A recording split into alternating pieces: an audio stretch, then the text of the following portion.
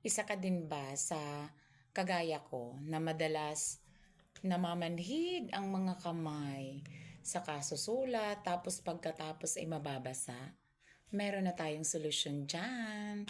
Ayan, ito ang ginger patch. Ayan.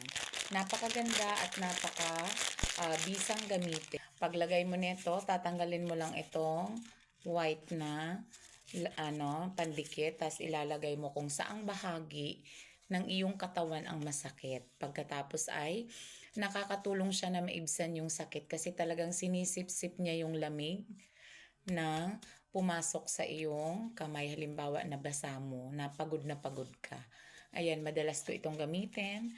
Kaya kung gusto mo rin ito, try mo din to, subukan mo. Check out na, isang pack ay 100 pieces na yan. Medyo matagal-tagal mo nang gagamitin yan. At hindi lang pala sa mga kamay na nangangalay siya pwedeng ilagay.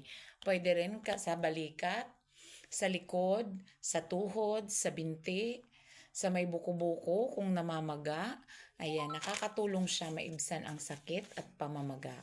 Ayan, sa ano pang inaantay mo? Check out na sa link.